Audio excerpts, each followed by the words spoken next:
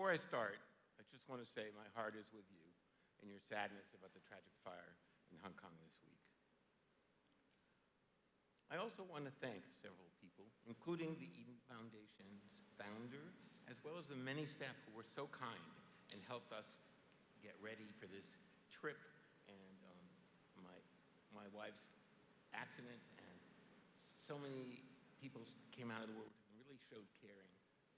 I also want to thank my mentor, Seymour Papert, my deans, Brian Brayboy and David Figlio, Jacob Kelter, the director of the NetLego Center, my wife, Donna, who's right here, and the many students,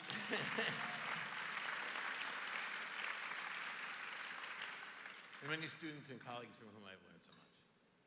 So, I am the son of two professors, my dad in history and my mom in philosophy.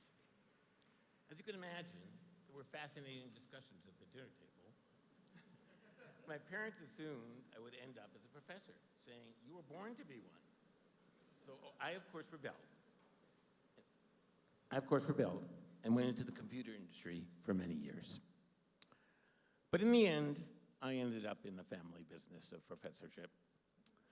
I decided that I loved teaching and learning too much for me not to do it just because my parents insisted that was my destiny. Well, Mom and Dad, I guess you were right after all. Here I am, an Yidan Prize winner.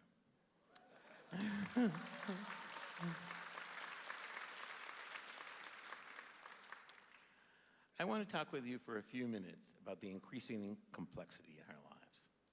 The natural and social world has become more distributed and interconnected. As such, complex systems are all around us, whether they be weather systems, disease systems, economic systems, ecological systems. Yet the research says that people have a very hard time understanding complex systems and how they develop over time.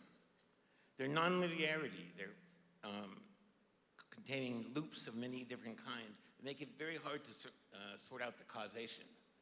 And so there's an opportunity now to develop new tools that help people understand and manage complexity. Let me take a moment to tell you a story.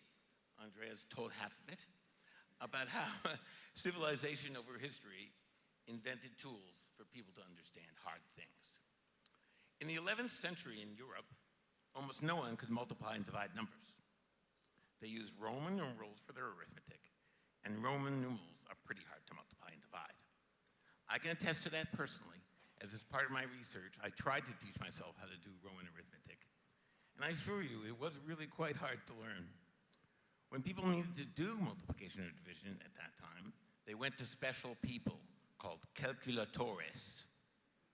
And you dropped off your question, your calculation with the calculatores, and they would summon you in a few weeks when the calculation was done. But eventually, Europeans adopted Hindu-Arabic numerals, and what a difference it made. At the end of this period, most people, including kids, were able to multiply and divide.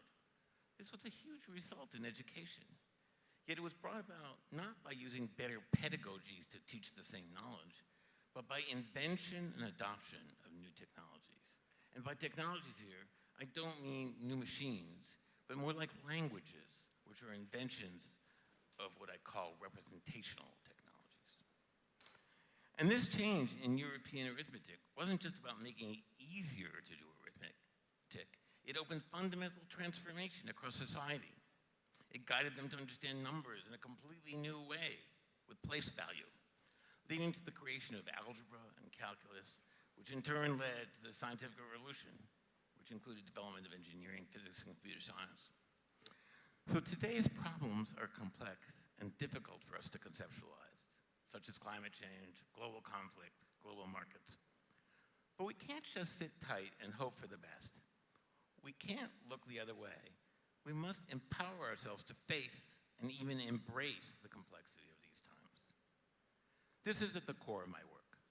Understanding complex systems can empower us to change the world.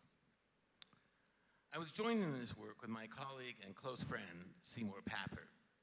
Seymour was a world-renowned mathematician, educational designer, and an early practitioner of AI. In 1967, he created the first computer language designed specifically for children, called Logo, where children could command a robot turtle or an animated turtle to engage in computational thinking. My software, NetLogo, was created over 30 years after this. It was inspired by Seymour's work. Rather than commanding a single turtle, though, NetLogo is designed to help its users, both young and old, to interact with thousands or millions of turtles, or as we call them, agents, that represent elements of a complex system, and through that, understand how complex systems work. So NetLogo is an agent-based modeling platform where you can model a system by creating agents, giving them simple rules or complicated rules for how to behave so that they virtually produce the system you're modeling. The model grows alongside the agent's behavior. This modeling process itself is a key element of this approach. In classrooms, we have embedded modeling activities in virtually every subject. But in modeling something like traffic in Chicago, we don't focus on students coming to particular results. We focus on the process of model-based inquiry, making assumptions about the model, challenging those assumptions, asking questions like, how would traffic change if we use roundabouts rather than traffic signals? Or what will be the effect of traffic of instituting congestion pricing? To answer their own questions, they need to figure out how to model the new conditions and conduct experiments to test their assumptions. This modeling practice is at the heart of what scientists do. Seymour was an easy person to love. Over our 20 years of friendship, we would have wide-ranging, deep conversations while cooking or taking long walks about how computational technology can make enormous contributions to learning and to the advancement of civilization. Wordplay was also one of our favorite pastimes. We were constantly inventing new words to get new ideas into the discussion of learning. For example, Seymour said we should use the word literacy instead of literacy to describe the stage of simply reading and writing letters. And that with computer literacy, we should be aiming for a higher standard of literacy. Seymour and I created the word restructuration to describe how a body of knowledge can change with new languages of representation. So our historical example that I just gave you is a story that represents a restructuration of arithmetic. In 2006, Seymour and I were together in Vietnam, writing a paper on the concept of restructuration.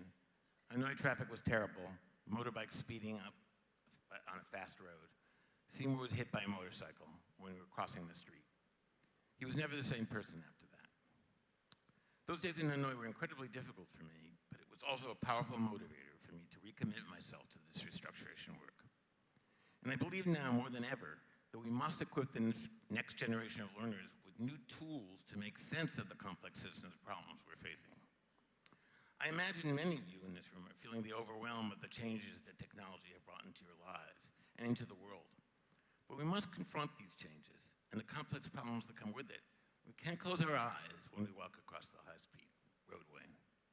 Because when we can truly see and understand these new systems, we can use technology for the good of society. And with NetLogo, we've achieved so much already in the last 25 years.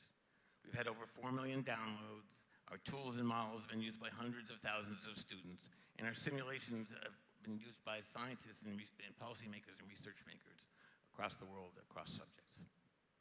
Now, anyone can use NetLogo, and there is so much you can do with it. We have a philosophy of low threshold, no ceiling. So young children can start on their modeling right away. We have kids in elementary school around the world doing this modeling work, and also much older students. The possibilities for education are what excite me the most. Research has shown that studying complex systems makes it possible for us to create new languages of understanding. So our young learners aren't just using our simulations to practice computer skills. This process empowers them to think in entirely new ways and use their own reasoning and creativity to solve complex problems. In this way, technology becomes a thinking partner for students, not a thinking replacement. And it fosters students who can think for themselves, adapt to new situations, exactly what we need to solve our complex problems. The potential is significant. That shift from Roman rules to Hindu Arabic created new fields of science that changed the world permanently.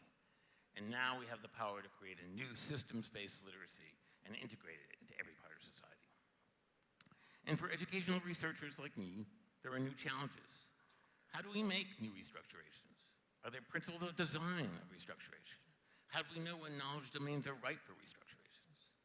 reevaluate potential restructurations. If we can meet these design and research challenges, we might just reach the other side of this high-speed road in front of us. And more importantly, not just survive it, but to repave and rebuild a beautiful and lasting pathway for those who came after us. Thank you for this great honor and for believing in this.